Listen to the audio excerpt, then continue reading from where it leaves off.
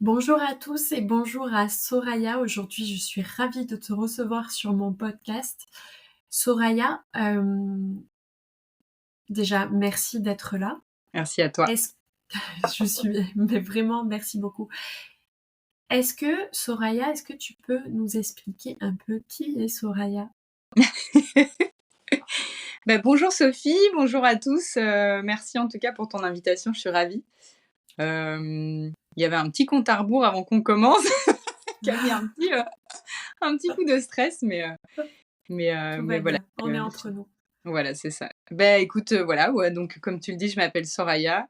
Avant, j'étais prof de sport. Aujourd'hui, je suis coach en reconversion professionnelle. Donc, j'aide les gens à trouver leur nouvelle mission et à oser se lancer. Mmh. Voilà, je sais pas si, tu veux que je parte sur mon histoire ou. Et comment on passe d'un métier, fixe, j'imagine que tu étais en CDI, prof de Ouais, sport, ouais. avec, vacances scolaires et avantages sociaux. Comment Ouais, on va dire c'était les comment seuls avantages. d'accord. Alors quels ont été tes déclics et raconte-nous ton histoire. Comment on passe de prof de sport, vacances scolaires, salaire fixe? Il y a beaucoup de gens qui rêvent de ça. Comment on passe de ça à ce que tu es aujourd'hui, coach en reconversion professionnelle? Justement, en fait, c'est ce que tu dis, tout le monde rêve de ça. Donc moi, j'avais, le saint graal comme tout le monde le disait, j'avais la maison, j'avais la relation, j'avais le job, donc ouais, en Belgique, on dit qu'on est nommé, donc c'est-à-dire que, tu es tranquille jusqu'à tes 67 ans. Donc oui, je regardais les avantages de ce job, j'avais le salaire fixe, c'était 22 heures semaine, mais tu as l'impression d'en travailler 60, avec, parce que tenir des enfants toute la journée, c'est pas évident. Et oui, en plus, j'avais pas, les corrections en rentrant à la maison, j'avais les congés scolaires, donc pas mal d'avantages et pourtant, je me sentais pas, épanouie. Je sentais que, quelque chose clochait, et en fait, j'ai eu un premier signal d'alarme. On va dire que, j'ai avancé, je crois que j'en ai même eu plusieurs. Pendant mes études, j'ai commencé à développer des angoisses et ça a été vraiment les pires années de ma vie. C'était un cursus de 3 ans, je l'ai fait en 5 ans, mais voilà, j'étais fière d'être arrivée au bout et puis au bout de, je dirais 5 ou 7 ans d'enseignement, ça a vraiment été pénible parce qu'en plus, c'est pas facile de toujours trouver du boulot, de toujours changer d'école, de toujours changer de collègues, d'infrastructure. Hem Et au bout de 5 à 7 ans, j'ai attrapé une maladie auto-immune, au niveau des yeux. Donc, je me dis: «Tiens», enfin, je le voyais pas comme ça à ce moment-là. Je pense que mon corps me disait: «Il y a quelque chose que tu as pas envie de voir». Mais j'ai Ouais. continué et puis au bout de 10 ans, là, j'ai eu un burn-out. Donc, ma vie n'avait plus de sens, quoi. Je me levais le matin et je me demandais pourquoi je faisais les choses, voilà, je faisais les choses vraiment sans intention. J'allais travailler parce qu'il fallait travailler et je me suis dit: «OK, tu as 30 ans, c'est pas possible en fait, tu peux pas continuer à travailler comme ça». J'avais envie, je enfin, j'avais l'impression que c'était une utopie de me dire, «Je peux me lever le matin en faisant quelque chose que j'aime, en allant, vraiment, en jouer», je partais comme ça chaque matin au début de ma carrière parce que, j'arrivais toujours avec plein d'idées, de nouveaux sports à partager à mes élèves, je faisais, de la course d'orientation, j'ai même acheté des clubs de golf, je faisais du crossfit, enfin voilà, j'étais pleine d'idées et en fait, finalement, je voyais que, il y avait pas vraiment de retour, que ça n'intéressait pas vraiment les élèves, que voilà, que j'avais l'impression de faire les choses dans le vent et puis il y a tout ce qu'il y avait autour qui faisait aussi que, avec, les collègues, ça se passait pas toujours bien, avec la direction, ça se passait pas toujours bien. Ah, D'accord. il y avait une ambiance, de jalousie, d'hypocrisie que j'aimais pas beaucoup, enfin que j'aimais pas et donc là, en fait, le burn-out a fait que, j'ai dû m'arrêter. Donc Oui. j'étais en maladie, la maladie auto-immune aussi et d'abord, j'ai pris du temps pour moi, voilà, pour me recentrer vraiment sur moi, sur ce que j'avais envie de faire de ma vie et ensuite, j'ai ressenti ce besoin, de liberté. Et j'ai découvert le monde des réseaux, Instagram et cetera et ensuite, j'ai découvert le monde du développement personnel.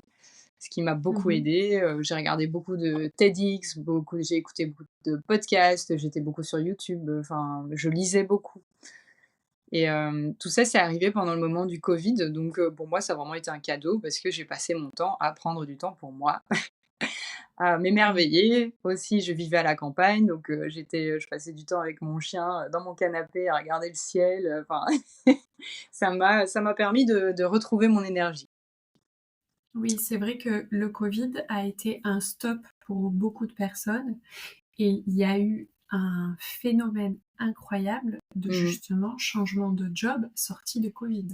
Oui. C'est Tu as énorme. l'impression de t'être réveillé à ce moment-là, en fait, de te dire: «Mais qu'est-ce que tu fous?» Oui, mais pourquoi? Parce que du coup, le covid nous a permis à un moment donné de ne plus être en pilote automatique.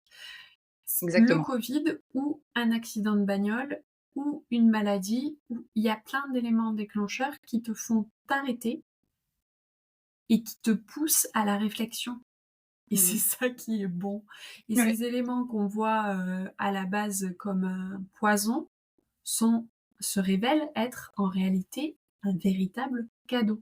Mmh mh. Beh, oui, parce que enfin, d'ailleurs, on me le dit souvent, on me dit: «Ouais, tu as quand même une maladie au niveau des yeux, tu as quand même la le moral, quoi». Je dis: «Beh, oui, enfin moi, je vois ça, comme tu dis, comme un cadeau parce que, bah, si j'avais pas eu ça, je vivrais encore en mode pilotage automatique». Et justement, je t'en parlais en off, il y a j'ai eu une conversation, avec une amie qui me disait, «Soraya, j'ai pas été au boulot aujourd'hui et je culpabilise pas». Et je dis: «Mais Mmh. bravo!» en fait, je me dis: «Bravo» parce que finalement, enfin moi j'ai tendance à dire que la culpabilité ne sert à rien et que, si j'avais pas eu cette possibilité d'être en arrêt maladie, beh, j'aurais pas eu la possibilité de prendre ce temps pour moi et prendre ce temps pour penser à ma nouvelle carrière professionnelle. Et je trouve que, bah, aujourd'hui, enfin moi je suis en Belgique, en France, je pense qu'il y a des possibilités aussi et Oui, il y a des possibilités infinies comme, bah, l'arrêt maladie, il y a le chômage, aujourd'hui il y a aussi des couveuses d'entreprise, enfin des possibilités pour se lancer, il y en a plein et justement, ça te permet d'avoir cette sécurité au niveau système nerveux, de te dire: «OK, beh, j'ai cet argent qui tombe, voilà, je peux payer mes charges, je peux entretenir ma famille en attendant de pouvoir me lancer». Parce que, enfin, il y en a qui le font, qui se lancent sans filet, mais c'est vrai que, je trouve que ça part pas de la bonne énergie parce que quand tu pars sans filet, tu te dis: «Il faut que je gagne de l'argent». Au oui lieu de te dire, et oui, gagner de l'argent, pour gagner de l'argent et pas réaliser une mission, mmh ça emmène pas, forcément de la bonne clientèle, on va se le dire. Mais c'est ça, donc finalement, en fait, non, tu ne profites pas du système, non, tu n'es pas fainéant et puis on s'en fout de ce que peuvent les gens peuvent peut-être penser ça en me disant: «Beh, j'ai pris un certificat médical» ou «Ah, aujourd'hui, elle est pas venue travailler». Mais en fait, c'est pas le plus important ce que les gens pensent parce que c'est ta vie et ce que tu vas faire de ta vie, personne ne va le faire à ta place. Oui, non, mais clairement, on est bien d'accord sur ce sujet. C'est sûr, hein? Oui, oui, oui, oui, oui, oui. Et Non. je te parlais, enfin, tu vois, je te parlais d'énergie et Mmh. justement, on a tendance à oublier qu'on est énergie, qu'on est tous énergie, que la nature est énergie et que toi aussi, quand tu vas travailler avec des pieds de plomb, bah, tu des mauvaises ondes, quoi. Alors que quand tu es vraiment à ta place et que tu fais quelque chose que tu adores, bah, tu vibres la joie, tu vibres l'amour, il y a même, une étude qui a montré, quand tu t'adresses à une plante, tu vois? Quand il y avait deux manières de t'adresser ou de penser vis-à-vis d'une plante et quand tu lui parles mal, bah, tu as la plante qui meurt alors Oui. que quand tu la félicites et que tu es là, même à travers rien que tes pensées, bah, tu as la plante qui grandit. Donc imagine l'énergie que tu renvoies quand tu continues à te dire: «Putain, fais chier, j'en ai marre, j'ai pas envie d'aller bosser aujourd'hui».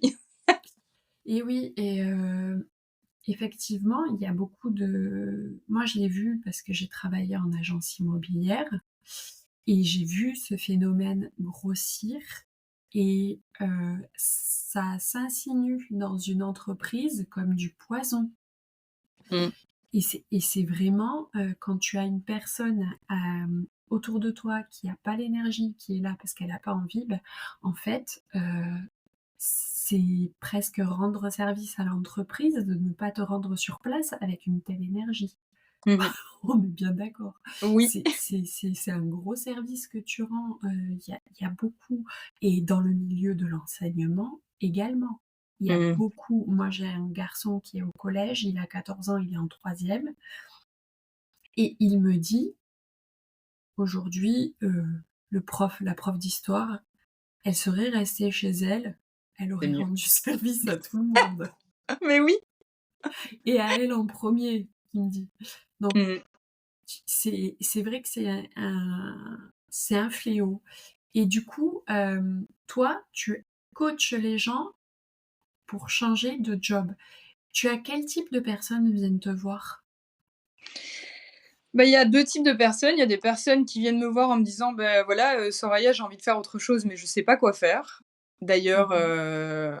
en fait, quand tu creuses un petit peu, tu réalises que, bah, tu as beaucoup fonctionné en pilotage automatique parce qu'on t'a dit de faire des études, d'avoir un bon diplôme, d'avoir un travail. Donc finalement, tu as pas réfléchi exactement à ce que tu veux.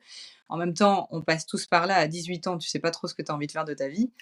Oui, non, on passe dans la moulinette, de l'orientation. Mais c'est ça et en fait, je suis tombée sur cette phrase, ce matin qui disait, de Pablo Picasso, il dit: «Le sens de la vie, c'est de trouver ton don et le but de la vie, c'est de le partager au monde» et en fait, on a Mmh. tous des dons, on a tous des compétences qu'on pense parfois faciles. Enfin, comme par exemple, ici, moi, j'ai rencontré quelqu'un qui a lancé une école de sorcellerie, tu vois? Elle aime bien tout ce qui touche à l'ésotérisme, elle en a fait son Oui. métier. J'ai une cliente qui adore, tout ce qui touche à la nourriture et tu vois que quand elle me parle de bouffe, bah, elle rayonne, tu vois? Tu vois vraiment son visage, Moi et aussi, je alors rayonne que un peu. mais c'est ça et elle s'est lancée là-dedans. Enfin, en fait, on a tous quelque chose à apporter et c'est ce que j'aide vraiment aux gens de se reconnecter à leurs dons et il y a d'autres personnes qui sont déjà lancées et qui ne savent pas, beh, comment se faire connaître, comment créer une offre, comment utiliser les réseaux pour se développer et donc ça, c'est ce que je fais à travers mes programmes. Donc une personne qui arrive chez toi au jour 1, heu, elle a des outils qui lui sont présentés, que tu lui présentes. Mmh. Comment ça fonctionne?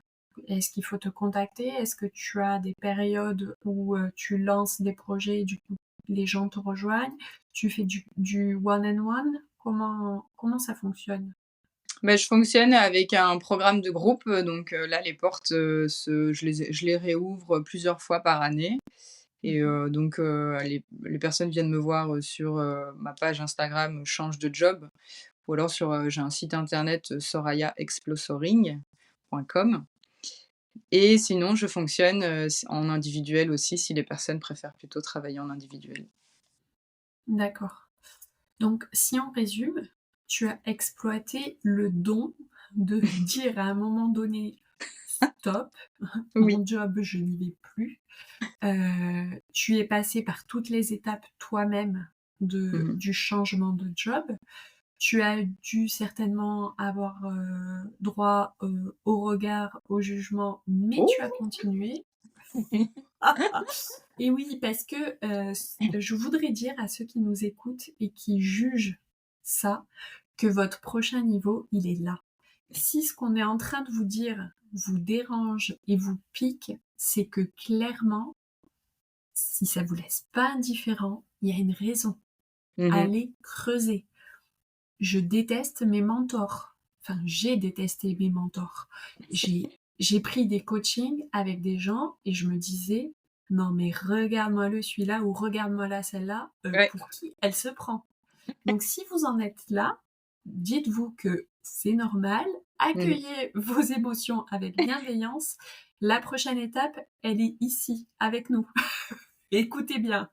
Mais c'est ça et en fait, le truc, c'est, d'avancer et de se dire: «De toute façon, les gens parleront toujours». Donc mais c'est clair que si ça commence à les challenger, bah, c'est que ça veut dire quelque chose chez eux. Mais ouais, en fait, le plus difficile, ça a été ça, ça a été le regard de l'autre et donc ça, c'est ce que j'aide aussi à travers mes programmes, c'est vraiment se détacher de tout ça de ces Mmh. croyances aussi qui font que, c'est pas possible ou c'est mal, toutes ces choses, qui sont limitantes et vraiment de les switcher en quelque chose qui te booste et hem et justement, j'en ai fait un épisode de podcast hier, c'est, tu face au regard des autres, mais quand tu changes de job, tu es face aussi à toutes tes parts d'ombre. Surtout quand tu te lances à ton compte. Mmh. Ah oui. Tu t'attends pas à tout ça. Non, non, non. On a une part d'ombre en nous et Oui, je crois que la meilleure manière de l'appréhender, c'est de lui dire: «Allez, viens, c'est ça. dis-moi ce que tu as à me dire, je vais t'accueillir avec la plus grosse des bienveillances. Ouais. Tu vas sortir tout ce que tu as à dire et puis ensuite, ce sera fait. Mmh. Je vais t'accepter, je vais t'aimer, je vais pas te juger, je vais te montrer qu'il y a une autre voie possible». C'est ça, mais c'est pour ça que j'ai choisi cette voie de la reconversion parce qu'en fait, on se dit, «Ouais, il faut juste trouver un nouveau job et se lancer» et voilà. Alors que pas du tout, en fait, une fois que tu as trouvé, bah, ton nouveau job, tu te lances, tu es face à plein de choses auxquelles tu t'y attendais pas Mmh mh. et le tout, enfin, ce qui va faire, que tu vas réussir, c'est ta constance, en fait, c'est ta constance et ta persévérance et c'est plus facile, en tout cas, de ne pas le faire seul et surtout de le faire avec quelqu'un qui est déjà passé par là. Oui, non, mais clairement, oui. De toute façon, dans la vie, enfin, nous, surtout les femmes, on a une charge mentale qui est énorme et aujourd'hui, si c'était à refaire, je l'aurais fait beaucoup plus tôt. Mmh mh. J'aurais pris des coachings, mais beaucoup, beaucoup plus tôt. Mmh. Parce que clairement, avoir une ligne directive, savoir que tu n'es pas seule, savoir que ce que tu traverses, d'autres l'ont traversé et surtout qu'elles s'en sont sorties et qu'aujourd'hui, elles sont à leur plus haut niveau. Elles kiffent leur vie. Mmh. Donc c'est possible. Donc quand tu vois que c'est possible pour les autres, ça veut dire que c'est possible aussi pour toi. Et ça, c'est un sentiment de puissance énorme. Partagez vos succès. Partagez vos succès. Vous allez forcément aider quelqu'un. Mais j'ai entendu cette phrase hier justement qui disait: «Oui, c'est possible pour tout le monde, mais c'est possible surtout pour les personnes qui le veulent», tu vois? Qui le Ah oui. décident, qui décident que: «OK, aujourd'hui j'ai envie de créer ça pour ma vie et je vais faire en sorte que ça arrive». Parce que, finalement quand on est face au changement, c'est clair que c'est terrifiant et tu pas envie d'y aller, ça fait peur et c'est normal en fait, parce que c'est le cerveau qui aime, rester dans sa zone de connu. Donc une fois qu'il Oui, arrive dans hors de zone de confort, beh, il va commencer à créer des peurs, créer des scénarios catastrophes et le tout, c'est vraiment de revenir à ici et maintenant, comme on l'a vu, dans le programme de Sophie, c'est de faire la différence entre l'émotionnel et les faits oui, complètement. et Et au niveau justement de la réaction, de notre cerveau, moi je l'appelle Norbert, mon cerveau. Je lui donne un petit prénom. c'est joli, Oui, et de temps en temps, je lui dis à Norbert: «Calme-toi, tout va tout bien se va bien. passer. Ce que tu es en train d'imaginer dans ta tête n'existe Mmh, pas, Norbert. c'est Donc ça. redescends, parce que tous les scénarios catastrophes que tu es en train d'élaborer ne se passeront jamais dans la réalité. C'est ça, Donc exactement. et c'est tout à fait humain et normal de se projeter dans ce genre de scénario catastrophe. Mmh mh. Sachez-le, c'est obligatoire. Celui qui entreprend sans se ronger les ongles, sans avoir de nuit blanche, sans se poser une multitude de questions, Pas c'est un normal. menteur. C'est sûr. C'est un très gros menteur. Ben oui, mais c'est ça que j'ai envie de faire à travers mon programme, c'est de prendre, toutes ces personnes par la main et leur dire: «Mais viens, en fait, ça fait peur, mais ce qui t'attend derrière, c'est tellement beau» et on m'a posé justement cette question hier, «Est-ce que tu as des regrets par rapport à ta vie d'avant?» Parce que, en ce moment, en fait, je vis une période, bizarre, quand je m'endors, je fais des cauchemars en étant dans ma vie d'avant. Donc Oui, je me lève la enfin, je me réveille la boule au ventre, j'ai peur, j'ai pas envie d'aller travailler, j'étais dans une relation qui me convenait pas non plus, donc j'ai toutes ces émotions qui reviennent et en fait, quand je me réveille, j'ai l'impression enfin, je suis dans mon rêve, quoi. Je vis ma vie de rêve Et donc, cette personne m'a demandé: «Est-ce que tu as des regrets?» Mais je dis: «Mais absolument pas!» Je dis, je dis: «Il y a eu des moments plus compliqués que d'autres, mais je suis ravie, en fait, d'avoir fait ce que j'ai fait pour vivre, la vie que je mène aujourd'hui, quoi». Mais Parce que oui, comme je te disais, j'avais ce grand besoin de liberté et l'année passée, grâce à mon travail, je peux bosser de partout et j'ai pu, parcourir l'Europe en camping-car, chose que beaucoup de gens attendent. Ils attendent la retraite pour pouvoir le faire. Bah, moi, mais oui. aujourd'hui, j'attends plus, quoi. Rappelons-le que la retraite, parfois, ne peut jamais arriver. Donc vis ta vie C'est ça. quand tu dois la vivre, parce que la retraite, c'est pas, l'ultime but, hein. Non. C'est voilà. Heu, est-ce que la Soraya d'aujourd'hui a des habitudes, des routines, une discipline? Je rappelle encore toujours sur ce podcast que la discipline, ça n'est pas un gros mot. Alors oui, justement, en fait, je suis pourtant quelqu'un qui déteste les routines et d'ailleurs, c'est pour ça que j'ai changé de boulot parce que je ne me voyais pas faire, la même chose jusqu'à la fin de mes jours. Mais pourtant, c'est le fait de m'imposer, on va dire, cette routine et cette discipline qui fait que j'en suis encore là au bout de 2 ans. Donc ça fait 2 ans que je suis lancée et en fait, je me rends compte que le fait d'avoir ces routines maintient encore une fois mon énergie, me permet d'être centrée et me permet d'avancer avec foi et motivation. Et donc là, en ce moment, ouais, j'ai une routine matinale où, et d'ailleurs, je me sens, la plus chanceuse du monde, de me dire: «En fait, le matin, j'ai le temps», tu vois? De prendre cette routine matinale et de faire ma méditation, de faire des exercices de respiration, de faire, du journaling, de faire des étirements. Enfin, je fais ou de la lecture, j'aime bien, commencer ma journée en lisant un livre qui m'inspire.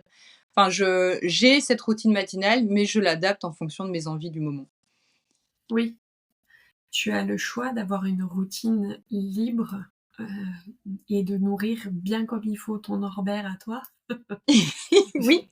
dès le matin. Donc ça, c'est quelque chose quand même, c'est on est d'accord, moi aussi, j'avais l'impression que si je planifiais parce que moi je planifie, carrément mon année à l'avance Ah ouais. pour savoir ce que j'ai envie de réaliser et je sais que si je vais me prévoir, trop de choses, clairement, je vais être partout et nulle part à la fois. Et le fait de planifier et de savoir que désormais, chaque matin, je vais me lever et je vais me rendre, voir mon lever de soleil matinal sur la plage, Ouais. je me suis dit: «Tu as un cadeau à 800 mètres de chez toi, tu n'as pas le droit de ne pas en profiter». Mais ça peut être ça, ça peut être de t'offrir un temps de méditation, ça peut être de faire tes visualisations, de pratiquer le yoga, de faire quelque chose qui va te faire du bien et qui va compter pour toi. En ce moment, moi, Mmh. je me lève, je vais voir le lever de soleil sur la plage, mais peut-être que dans un mois, Mmh. je vais te dire, j'en ai marre, je vais me lever et puis je vais aller juste marcher, ou je vais lire, ou je vais faire mon sport. Mais encore une fois, tu vas commencer la journée par quelque chose qui te fait du bien à toi en priorité. Et une fois que toi tu es rempli de toute l'énergie que tu vas tirer de ta pratique, tu vas pouvoir la transmettre. Mmh. Et ça, c'est un cadeau que tu te fais à toi, mais que tu fournis ensuite aux autres. Et Exactement. ça, il faut surtout, c'est précieux, c'est très précieux. Bah, c'est ça et après s'il y a des personnes qui n'ont pas le temps le matin, ça peut prendre même 5 minutes parce que, Mhm. j'entendais, Joe Dispenza qui disait: «Quand tu te lèves le matin, tu es une nouvelle personne». Chaque jour, tu es une nouvelle personne et chaque jour, tu as la possibilité de, réorganiser à chaque fois tes pensées et donc ce que tu fais le matin, c'est super important. Si tu te lèves le matin en te disant: «Ah mince, j'ai pas fini ma to do, ah mince, j'ai plein de dossiers à faire», enfin et ça donne le ton directement de ta journée. Oui, c'est le pouvoir de l'intention. Le matin, quand tu ouvres les yeux, pose tout de suite une intention fabuleuse sur ta journée et ça va changer ta vie. Mais c'est marrant que tu me parles d'intention parce que justement, j'organise un atelier, le 1er février parce que, ce qui m'a permis de réaliser tout ce que j'ai réalisé aujourd'hui, c'est à chaque fois de poser l'intention. Parce que, souvent les gens te disent, «Ah, je veux plus d'argent, je veux changer de métier, je veux une nouvelle maison» et cetera. Et puis quand tu leur demandes: «Mais qu'est-ce que tu veux, par exemple, comme maison?» «Bah, je sais pas». «Tu veux gagner plus d'argent? Tu veux gagner combien?» «Bah, je sais pas». Et Et oui, en fait, c'est ça, moi je le fais tous les mois et je vais l'apprendre dans cet atelier à poser l'intention tous les mois, voire, chaque début d'année et oui, le fait de poser une intention, en fait, ça permet de mettre, ton énergie sur, la même énergie que l'univers et de faire en sorte de matcher, énergétiquement et de t'apporter exactement ce que tu désires. oui, parce que si tu n'es pas clair sur ce que tu désires, Mmh mh. comment tu veux le demander? C'est pas possible! Très clairement, c'est impossible. Ouais, Soraya, le 1er février, tu organises cet atelier. C'est un atelier présentiel? c'est un atelier en ligne. C'est un atelier en ligne. Donc, je Ouais. vais mettre dans les show notes du podcast Merci beaucoup. le lien vers ton Instagram. Soraya, j'ai adoré faire ce podcast avec toi. Je te Moi aussi. remercie vraiment beaucoup. Je souhaite à énormément de personnes de passer par ton coaching et de Merci. changer de job. Merci Je beaucoup. t'embrasse, je te remercie. Salut!